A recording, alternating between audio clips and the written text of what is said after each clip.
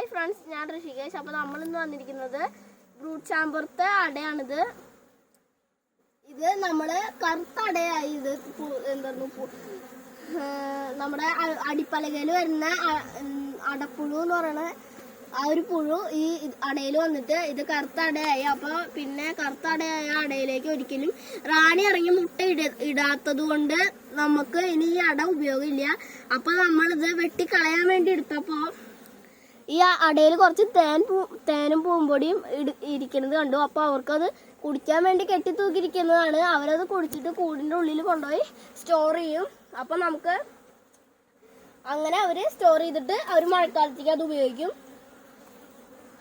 അതാണ് നമ്മൾ ഇപ്പോൾ ചെയ്തുകൊണ്ടിരിക്കുന്നത്. ഇനി ഇത് കഴിഞ്ഞിട്ട് ഈ തേനെല്ലാം കഴിഞ്ഞ ഈച്ചകളൊന്നും കാണാണ്ടാവും. ഇപ്പം നിറച്ച് ഈച്ചയാണ് ഇവിടെ. ഇത് കുറച്ച് കഴിഞ്ഞാൽ ഇതിലൊരു ഈച്ച പോലും ഇല്ലാണ്ടാവും. അപ്പോൾ നമ്മൾ ഇത് വെട്ടിയിട്ട് ഈ ബ്രൂട്ട് ചാമ്പർത്തെ അട ഇതിലേക്ക് ഇട്ട് കൊടുക്കും. നമ്മുടെ ഈ അട നമ്മൾ മെഴുകിനൊക്കെ ആയിട്ട് ഉപയോഗിക്കും. അതാണ് നമ്മൾ ചെയ്യുന്നത്. അപ്പോൾ എൻ്റെ വീഡിയോ ഇഷ്ടപ്പെട്ടാൽ ലൈക്ക് ചെയ്യുക, ഷെയർ ചെയ്യുക, സബ്സ്ക്രൈബ് ചെയ്യുക. എല്ലാവർക്കും ടാറ്റാ, ബൈ ബൈ.